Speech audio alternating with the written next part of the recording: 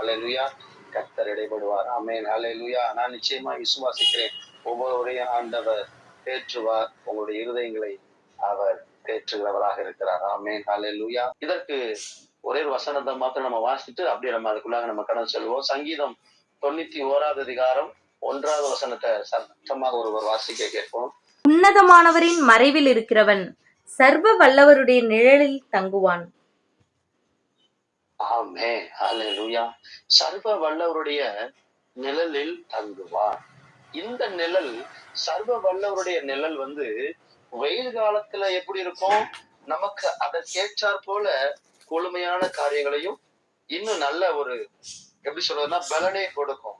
ஆனா இதே பனி காலத்துல இருக்கும்போது இந்த நிழல் ரொம்ப பனியை கொடுக்காது, உடலுக்கு தேவையான ஒரு ஆரோக்கியத்தை. எப்படி அந்த இஸ்ரவேல் ஜனங்களுக்கு பகல்ல எப்படி மேகஸ்தம்பமாகவும் இரவுல அக்கினி ஸ்தம்பம், இரவுல குளிர்றதான சூழ்நிலையில இந்த ஜனங்கள் யாவரும் முறுமுறுத்திடக்கூடாது, இந்த ஜனங்கள் யாவரும் பின்வாங்கிடக்கூடாது, இவர்களை கொண்டு நான் ஒரு திட்டம் வச்சிருக்கிறேன், இவர்களுக்கு கொண்டு நான் ஒரு பெரிய காரியத்தை வச்சிருக்கிறேன், இவர்கள் யாவரும் பின்வாங்கிடக்கூடாதுன்றதுக்காகவே பகல்ல மேக ஸ்தம்பமாகவும் இரவுல அக்கினி ஸ்தம்பமாகவும், இரவு நேரத்துல குளிரும். அப்ப இந்த ஜனங்கள் எல்லாரும் குளிருதே அப்படின்னு சொல்லி அந்த ஒரு காரியத்து நிமித்தமா அவர்கள் பேசுறத காரியத்தை இவர் அறிந்ததன் மூலமா இவர் எப்படின்னா அக்கினி ஸ்தம்பமாக அப்படியே கூடவே போகிறார். அப்போ இந்த நிழல் எப்பவுமே நமக்கு கூடவே வருகிற நிழல். ஆமென். அல்லேலூயா. உன்னதமானவர். அப்போ இந்த நிழல் எப்ப நமக்கு வந்துச்சு, அவர் நம்மள கரத்துல தூக்குனதன் மூலமா தான் இந்த நிழலே நமக்கு வந்துச்சு. அவர் யாரு? உன்னதமானவர். ஆண்டவராகிய இயேசு கிறிஸ்து தான் அந்த உன்னதமானவர்.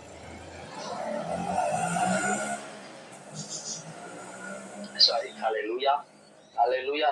அப்போ நம்ம அந்த உன்னதமானவருடைய ஆசீர்வாதங்கள் ஆபிரகாமுக்கு எப்படி வந்தது, இந்த உன்னதமானவருடைய ஒரு காரியங்கள்லாம் எப்படி இருக்கும், அது ஒரு மனுஷனுடைய வாழ்க்கையில எப்படி நடந்துச்சு, அது அதுக்கப்புறமா அவருடைய சந்ததியினுடைய வாழ்க்கையிலையும் இந்த உன்னதமானவருடைய ஆசீர்வாதம் எப்படி அவங்களுக்கு உண்டா இருந்தது அப்படின்றத நம்ம பார்த்துட்டு நம்ம அப்படியே ஜெபம் பண்ணிடுவோம். அல்லேலூயா. அல்லேலூயா. அந்த உன்னதமானவர் அவர் சொல்லுகிறதான ஒரு காரியம் என்னன்னா, இல்லாத ஒரு விஷயத்த அந்த இடத்துல இருந்து அவர் புதிதான காரியத்தையும் அவரால கொண்டு வர முடியும். இருக்கிறதுல இதுல தடையா இருக்குது, அதுலயும் தடையை நீக்கி வழி நடத்தவும் அவரால கூட. அதனாலதான் அவர் உன்னதமானவர். ஆமென். அல்லேலூயா. அல்லேலூயா. அல்லேலூயா. தாவீது அப்படியே அடிச்சு சொல்றாரு, நீ அவர் நிழல்ல இருக்கிறப்பா, அவர் மறைவுல இருக்கிறப்பா, அதனால உனக்கு எத்தீங்க அணுகாதுப்பா, வேடனுடைய கண்ணிக்கு பாதுகாப்பா இருப்பா, நீ சோர்ந்து போகாதப்பா, அவர் வார்த்தையை நம்புப்பா, அவர் உன் கூட இருப்பாருப்பா, நீ இது சுற்றிதான மனுஷனை ஏன் இப்படி கூட சொல்லியிருப்பாரு தாவீது, நீ என்னைய கூட நம்பாதப்பா, என் மூலமா ஆண்டவர் பேசுறாரு பாரு, அவர் வார்த்தையை மாத்திரம் நம்புப்பா, அவர் உன்னை நடத்துவார்ப்பா. அல்லேலூயா. அல்லேலூயா. தாவீது இப்படிதான் சாலமோன் சொல்லியிருப்பாரு. ஆனாலும் அந்த சொன்ன வார்த்தையின்படி அவ்வளவு நேர்த்தியாய் நடத்தினார். அதே அந்த உன்னதமானவருடைய ஆசீர்வாதம் ஆபிரகாமுக்கு உண்டானது. மெல்கிசேதேக்கு அந்த ஆசீர்வாதமான வார்த்தைய ஆபிரகாமுக்கு அந்த வார்த்தையை சொல்றாரு. ஆதியாகமம் 14வது அதிகாரம் 18, 19, 20 அந்த வசனங்களை நம்ம நேற்றைய தினத்துல பார்த்தோம். அப்போ அந்த ஆசீர்வாதங்கள் 3 ஆசீர்வாதங்கள், ஆனா அப்படியே அந்த ஆசீர்வாதங்கள் தன்னுடைய சந்ததிகளுக்கு வரும்போது அது அப்படியே இல்லாம பெருகுகிறது. பெருகுறதுன்னா இன்னும் என்னன்னா, அது அப்படியே இன்னும் அந்த இடம் கொள்ள முடியாத அளவுக்கு அந்த ஆசீர்வாதமான வார்த்தைகள் அவர்களுடைய சந்ததிகளை பெருக செய்கிறது. ஆமென். அல்லேலூயா. அல்லேலூயா. அல்லேலூயா. அது நிமித்தமாதான் ஆபிரகாமுக்கு ஆண்டவருடைய வார்த்தை உண்டானது. அந்த வார்த்தை அப்படியே ஈசாக்குக்கு உண்டானது. அந்த ஈசாக்குக்கு உண்டானதான வார்த்தையத்தான் யாக்கோபு கிட்ட கொடுக்கிறாரு. யாக்கோபுட்ட அந்த 10 வார்த்தையை மாத்திரம் வாங்கிக்கிட்டு ஓடிட்டாரு. அல்லேலூயா, அல்லேலூயா, அல்லேலூயா. அந்த 10 வாக்குத்தத்த வார்த்தைகளை தான் நம்ம தியானிக்க போகிறோம். ஆமென், அல்லேலூயா. ஆதியாகமம் 27வது அதிகாரம் 27, 28 வசனங்களை வாசிக்க கேட்போங்க. ஆதியாகமம் 27, 27வது அதிகாரம் 27வது வசனம், 28வது வசனம். அவன் கிட்ட போய் அவனை முத்தம் செய்தான். அப்பொழுது அவனுடைய வஸ்திரங்களின் வாசனையை மோந்து, இதோ என் குமாரனுடைய வாசனையை கர்த்தர் ஆசீர்வதித்த பயிர்வெளியில் வாசனையை போல் இருக்கிறது. தேவன் உனக்கு வானத்து பணியையும் பூமியின் கொழுமையையும் கொடுத்து மிகுந்த தானியத்தையும் திராட்சையையும் தந்தருவாராக. 29 ஜனங்கள் உன்னை சேவிக்கவும் ஜாதிகள் உன்னை வணங்கவும் கடவர்கள். உன் சகோதரருக்கு எஜமானாய் இருப்பாய். உன் தாயின் பிள்ளைகள் உன்னை வணங்குவார்கள். உன்னை சபிக்கிறவர்கள் சபிக்கப்பட்டவர்களும் உன்னை ஆசீர்வதிக்கிறவர்கள் ஆசீர்வதிக்கப்பட்டவர்களுமாய் இருப்பார்கள் என்று சொல்லி அவனை ஆசீர்வதித்தான் என்று சொல்லி அவனை ஆசீர்வதித்தான். Thank you, thank you. அப்போ இந்த வார்த்தையை சொல்லிதான் யாக்கோப ஈசாக்கு ஆசீர்வதிக்கிறார் சொல்றாரு. அப்போ முதல்ல வானத்து பணியையும், வானத்து பணினா ஒரு சிலர் தெரிஞ்சுக்கணும்னு நினைக்கிறேன். வானத்து பணினா தெரியாதவங்க நீங்க சொல்லுங்க. வானத்து பணினா என்ன? ஒரு சிலருக்கு தெரியும், தெரியாதவங்க நீங்க சொன்னீங்கன்னா அது நம்ம ஒரு தெரிஞ்சுக்கிறதுக்கு ஒரு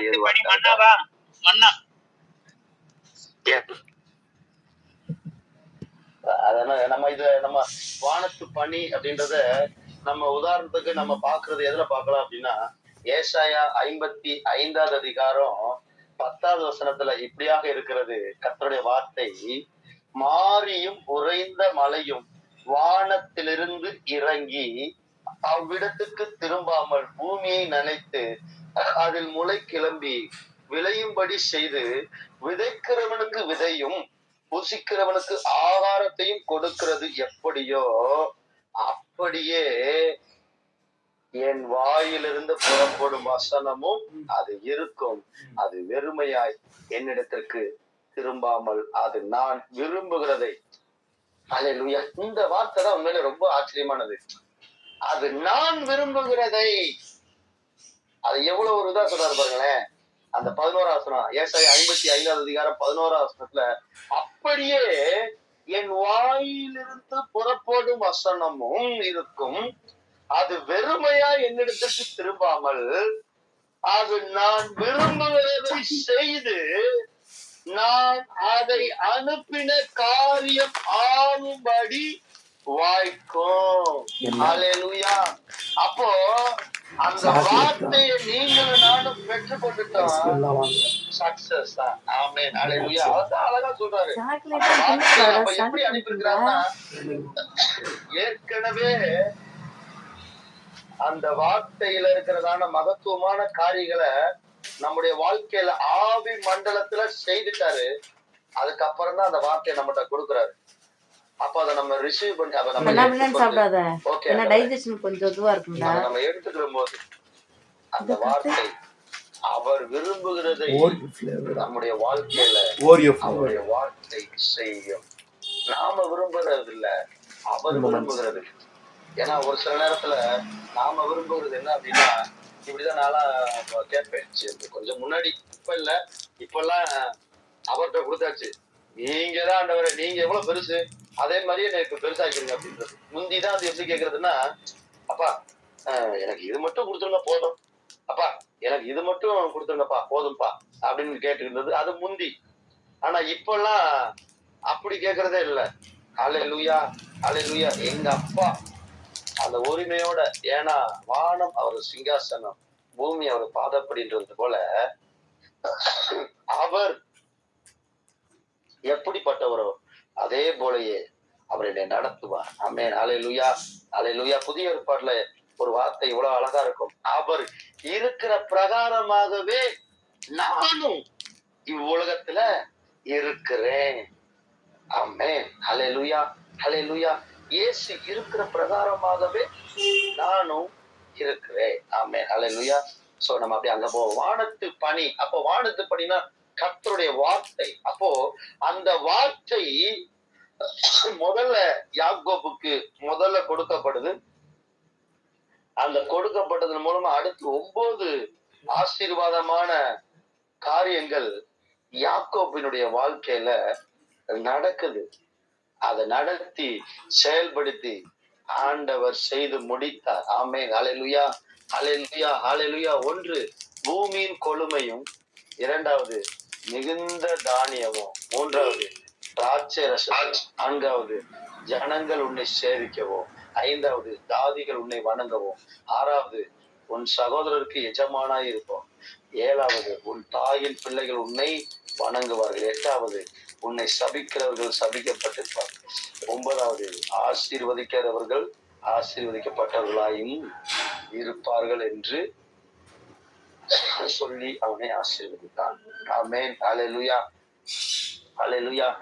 உண்மையிலே நம்ம இந்த 2025 இந்த புது வருடம் ஆரம்பித்ததுல இருந்து சொல்லுகிறதான வார்த்தை அதுதான். இந்த வருஷம் முழுவதும் எப்படி இருக்க போதோ என்று சொல்லி அந்த வீணான வார்த்தையெல்லாம் நம்ம சொல்ல போறதே கிடையாது. அது ஒரு நாளும் நான் விசுவாசிக்கிறேன். நம்ம கெட்சமனே குடும்பத்திற்கு தானே யாருடைய வாயிலிருந்தும் 2025 வருடம் எப்படி இருக்க போதோ தெரியலையே அப்படின்னு யாரு சொன்னாலும் அந்த இடத்துல கூட நீங்க நான் நிக்கவே கூடாது. ஹல்லேலூயா. ஏன்னா அது ஒட்டிக்கிறோம், அப்படியே ஒட்டிக்கிறோம். நம்ம அதை கேட்கவும் கூடாது. ஆமென், ஆமென், ஆமென். ஹல்லேலூயா. அது அவங்களுக்கு அதாவது இன்னொன்னு என்னன்னா, அதுதான் நான் ஒரு கொஞ்ச நாளைக்கு முன்னாடி நான் சொன்னதான ஒரு காரியம் என்னன்னா, பிசாசு எப்படி நம்ம விழ வைக்கிறான்னா, ஆண்டவன் வார்த்தையை கொடுத்து நம்மளை பெருக செய்யறதுக்கு அவர் தயாரா இருக்கிறாரு. ஆனா ஏன் நம்முடைய வாழ்க்கையில உன்னதமானவருடைய ஆசீர்வாதம் நமக்கு கிடைக்கல அப்படின்னா, சில நேரங்கள்ல இந்த வருஷம் எப்படி இருக்க போதோ எனக்கே தெரியல, அத சொல்லவே கூடாது.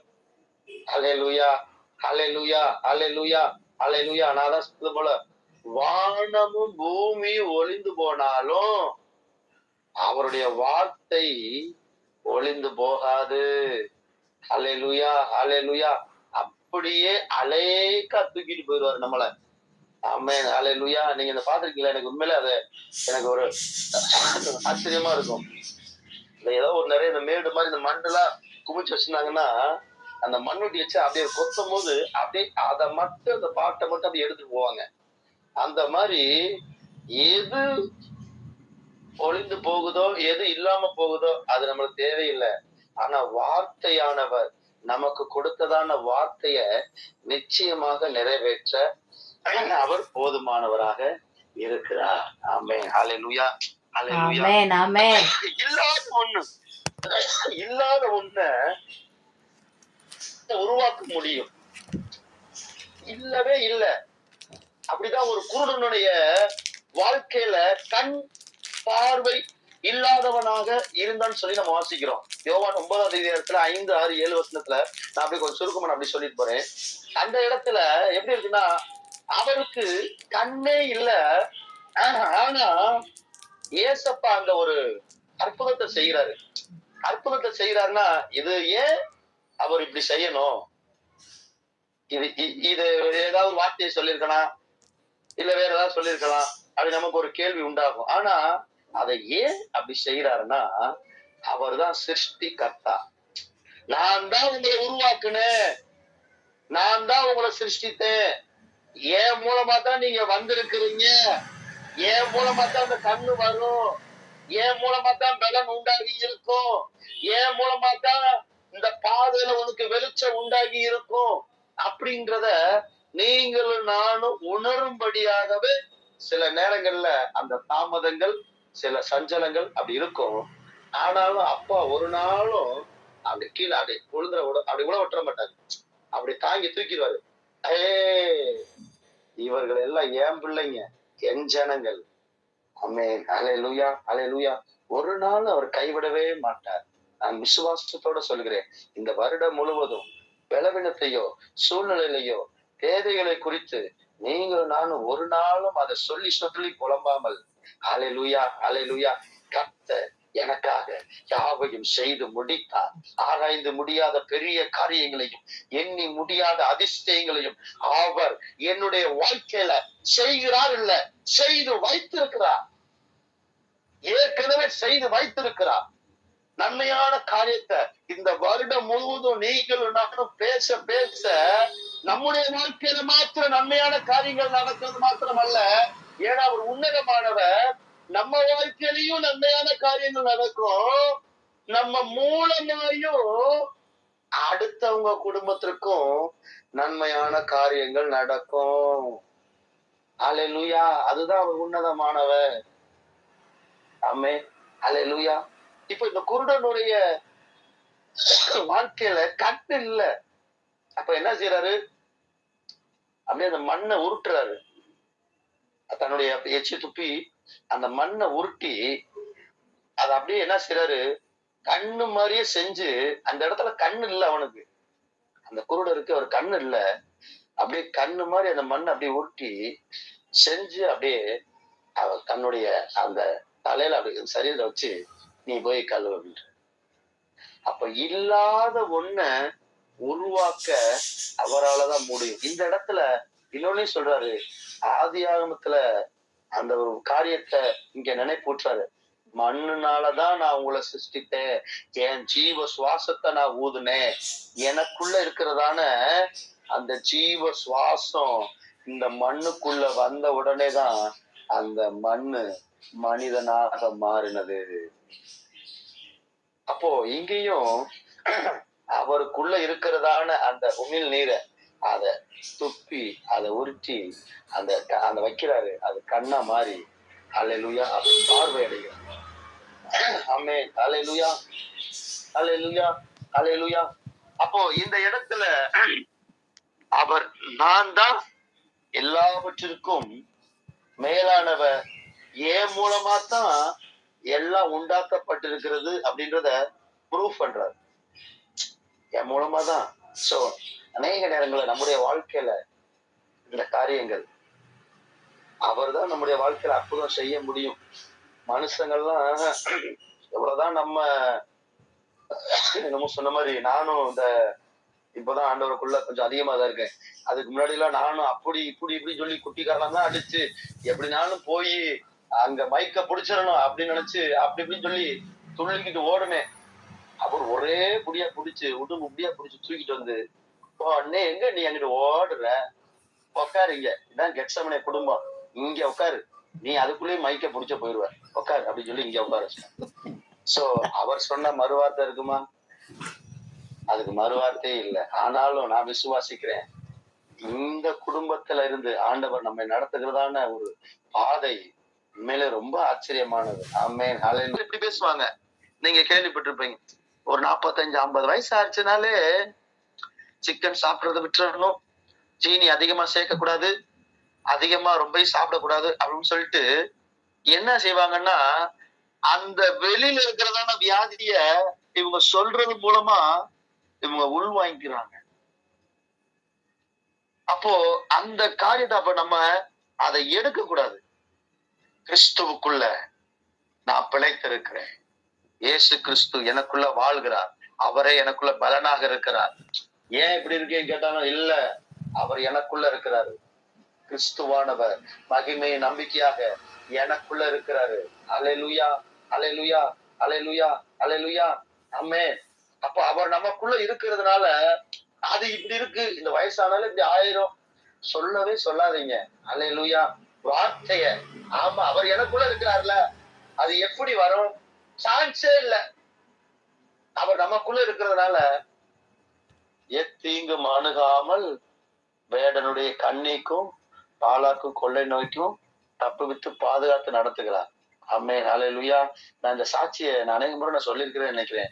இந்த ஒரு சாட்சியை மட்டும் சொல்லிட்டு நம்ம அப்படியே முடிச்சிடணும். நான் இன்னும் நிறைய வசனம்ல எடுத்து வச்சுனேன், சாரி டைம் பத்தல. இன்னும் ஒரு 2-3 காரியங்கள் நான் அடுத்த முறை நம்ம பார்க்கும்போது நான் சொல்ல வாஞ்சையா இருக்கிறேன். என்னன்னா, அந்த சகோதரி மற்றவர்கள் சொல்லுறதான காரியத்தை எதையுமே நம்பவே மாட்டாங்களாம். வசனம் என்ன சொல்லுது அதைதான் நம்புவாங்களாம்.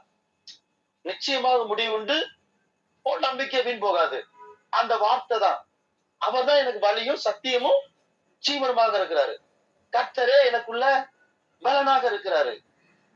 அப்போ இவர்களுக்கு ஏதோ ஒரு சின்ன ஒரு களத்துல கட்டி வரவும், அந்த ஸ்கேன் எடுத்து ரிப்போர்ட் பண்ணி செக் பண்ணவும், ஹாஸ்பிட்டலுக்கு டாக்டர் எல்லாம் பார்க்கவும், என்னமோ டாக்டர் பார்த்து செக் பண்ணிட்டு சொல்லிட்டாங்களாம், உங்களுக்கு கேன்சர் தான், அதான் பின்னாடி ரொம்ப வீங்கிருக்கு கட்டியில கழுத்துக்கிட்ட சகோதரி, உங்களுக்கு கேன்சர் தான் அப்படின்னு சொல்லி டாக்டர் சொல்லிட்டாங்களாம். 9 தடவை செக் பண்ணதுல கேன்சர் வியாதி அப்படின்னு சொல்லிட்டு அந்த இதையுமே முத்திரை கொடுத்து ஸ்லிப் கொடுத்து அனுப்பிச்சிட்டாங்களாம். ஆனா அப்பயுமே அந்த சகோதரி போராடிட்டே இருக்கிறாங்க. என்ன நீங்க தப்பா சொல்றீங்க, இந்த கட்டி வந்து சும்மா சாதாரண கட்டிங்க, நான் ஏசப்பா பிள்ளை, எனக்கெல்லாம் வராது, அவர் எனக்குள்ள இருக்கிறாரு, நான் அவர் தங்கு ஆலயம் அப்படின்னு சொல்லுவோம். அந்த டாக்டர் என்ன அந்த அம்மா லூசனமா உலகிட்டே தெரியுது, நம்ம ஒண்ணு சொன்னா அந்த அம்மா ஒண்ணு சொல்லிட்டு தெரியுது, ஏசுன்னு இருக்கு, போமா அங்கிட்டு, நானே செக் பண்ணிட்டோம்ல, நான் பெரிய டாக்டர், நீ ஏன்டே சொல்லிக்கிறீங்க அப்படின்னு சொல்லி அனுப்பிச்சுட்டாரு. ஆனாலும் அந்த சகோதரி விடாம கர்த்தருடைய வார்த்தையின்படி, இல்ல அவர் எனக்குள்ள இருக்கிறாரு, அவருடைய ரத்தத்தினால நான் கழுவப்பட்டிருக்கிறேன், அவர் எனக்குள்ள வாழ்கிறாரு. அப்ப அந்த வார்த்தைய அவர்கள் அறிக்கை செய்ய செய்ய செய்ய செய்ய அவர்கள் மருத்துவர்கள் சொன்னதான டாக்டர் சொன்னதான ரிப்போர்ட் அப்படியே மாறுகிறது. மறுபடியும் இந்த சகோதரியே போய் 1 மாசம் கழிச்சு போய் செக்அப் பண்ணாங்களாம். எந்த டாக்டர் சொன்னாரோ அவருடைய வாயினாலேயே, என்னம்மா அது நம்பவே முடியலையம்மா, உனக்கு கேன்சர் வியாதி இருந்துச்சுன்னு சொல்லி, நான் இவ்வளவு பெரிய படிப்பு படிச்சிருக்கிறேன், இவ்வளவு பெரிய டாக்டர் நானு, ஆனா என்னையவே இப்படி குழப்பத்துல உண்டாக்கிருச்சேம்மா, என்னம்மா அந்த கேன்சர் வியாதி எங்கம்மா போச்சு அப்படின்னும் போது அந்த அம்மா சொன்னாங்க, நீங்க இந்த கேன்சர் வியாதியை குறிச்சு நீங்க படிச்சவரு, ஆனா எங்க அப்பா உலகத்தை உண்டாக்குனவரு. ஹல்லேலூயா, ஹல்லேலூயா. அவர் வார்த்தையினால எல்லாவற்றையும் சுகமாக்குகிறவர். ஆமென், ஹல்லேலூயா, ஹல்லேலூயா. அந்த சகோதரி அப்படியே அந்த கருத்தை சொல்லிருந்தாங்க. சோ நான் எதுக்கு சொல்றேன் அப்படின்னா, ஆமென், ஹல்லேலூயா. நம்முடைய வாழ்க்கையில நான் அடிக்கடி எனக்கு உண்மையில, ஏன் சில பேர் கூட நினைப்பாங்க, ஏன் நீ இப்படி சொல்லிட்டே இருக்க தம்பி அப்படின்னா, உண்மையில நம்ம சொல்லதான் அந்த வார்த்தையை நீங்களும் நானே அறிக்கை செய்ய செய்ய உங்களுடைய வாழ்க்கையில சூழ்நிலைகள் நிச்சயமாக மாறும். ஆமென், ஹல்லேலூயா. உலர்ந்து போய் கிடந்ததுங்க, செத்து போய் எலும்பு கூட கிடந்துச்சு, ஒன்றுக்குமே உதவாம அப்படி வெறும் எலும்பு கூட கிடந்துச்சு. இவர் வார்த்தைய வாங்கி அந்த வார்த்தைய அப்படியே சொல்றாரு. பார்த்தால் அப்படியே ஒரு சேனையா எழுதி நிக்குது. எசேக்கியா கர்த்தர் சொல்றாரு, அப்படியாப்பா, சரிப்பா அப்படின்னு அந்த வார்த்தையை வாங்குறாரு. 10 பொட்டணத்தை வாங்குறாரு. அந்த பொட்டணத்தை வாங்கி அந்த பொட்டணத்துல இருக்க வார்த்தையை அப்படியே சொல்றாரு. அந்த மாதிரிதான் ஒரு பரிமாற்றம் மாதிரிதான். அந்த வார்த்தையை கர்த்தரிடத்துல இருந்து வாங்குறாரு, வாங்கிட்டு அப்படியே அந்த எலும்பு கூட பார்த்து பேசுறாரு. மறுபடியும் அப்படியே அசை உண்டாகுது. மறுபடியும் என்னப்பா செய்யன்னு கேக்குறாரு அவரு, ஊதுன்னு சொல்றாரு, மறுபடியும் ஊதுறாரு, பெரிய சேனையா எலும்பி நிக்குது. ஆமென், ஹல்லேலூயா, ஹல்லேலூயா. அப்போ நான் விசுவாசிக்கிறேன், எலும்பு கூட எலும்பி பெரிய சேனையா நிக்கும்னா, ஹல்லேலூயா, ஹல்லேலூயா. அப்போ நீங்களும் நானும் அந்த ஜீவனுள்ள வார்த்தைய நாள் முழுவதும் அறிக்கை செய்யும் போது நிச்சயமாக உங்களுக்கு விரோதமாக, உங்க குடும்பத்துக்கு விரோதமாக, நீங்க வேலை செய்கிறதான ஸ்தலத்துல உங்களுக்கு விரோதமாக, இன்னும் சொல்லணும் உங்க உறவினர்கள் மத்தியில, உங்க வாழ்க்கையில என்னென்ன காரியங்கள் எதுவா இருந்தாலும் சரி, இந்த ஜீவனுள்ள வார்த்தைய நீங்க பேசிக்கிட்டே இருங்க. ஆமா, ஜீவனுள்ள நாளெல்லாம் நன்மையும் கிருபையும் என்னை தொடரும்.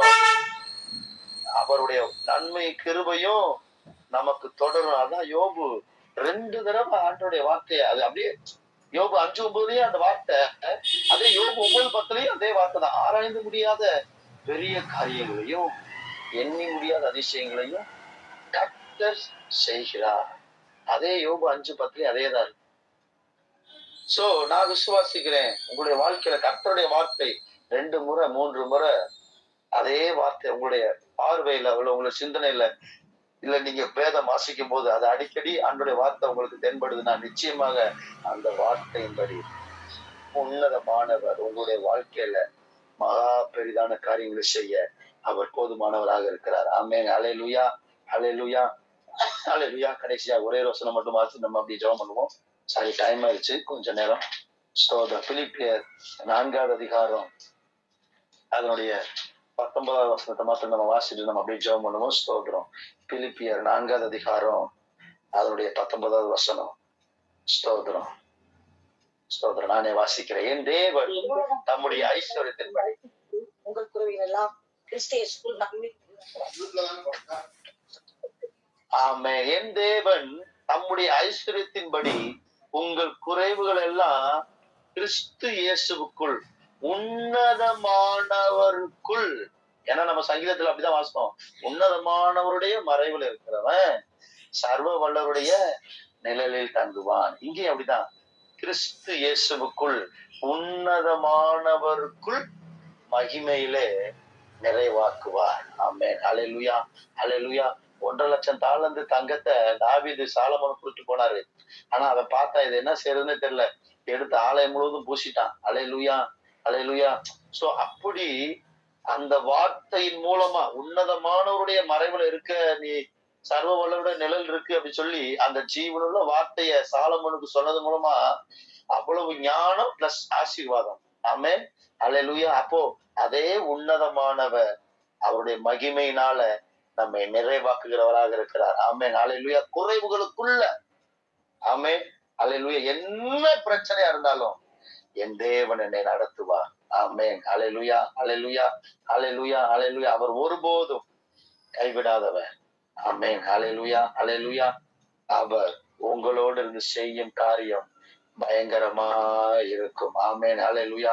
கெத்செமனே குடும்பத்துல இருக்கிறதான வாலிபர்கள், பெரியவர்கள், சிறு பிள்ளைகள் யாவருக்குள்ளேயும் கர்த்தர் உங்களோடு இருந்து செய்யும் காரியம் பயங்கரமா இருக்கும். ஆமென். ஹல்லேலூயா, ஹல்லேலூயா, ஹல்லேலூயா. நன்மையான காரியத்தை செய்ய அவர் போதுமானவராக இருக்கிறார். ஆமென். ஹல்லேலூயா. ஏன்னா நீங்க உன்னதமானவருடைய மறைவுல இருக்கிறீங்க. சர்வ வல்லவருடைய நிழல் உங்களுக்கு உண்டா இருக்கிறது. அதனால இந்த வருடம் முழுவதும், இந்த வருஷம் முழுவதும் எதை குறித்தும் நீங்களும் நானும் கலங்க தேவையில்லை. ஏதாவது ஒரு காரியம் வந்துச்சுனாலே உடனே உங்களுக்கு சிந்தனை, அவர் நிழலாக எனக்கு இருக்கிறார். அந்த வார்த்தையை நீங்க அறிக்கை செய்யும் போதே நிச்சயமாக அந்த நிழல் உங்களுக்கு என்னென்ன தேவையோ அதை எல்லாவற்றையும் உங்களுடைய வாழ்க்கையில செய்து முடிக்க அவருடைய நிழல் போதுமானதாக இருக்கிறது. ஆமென்.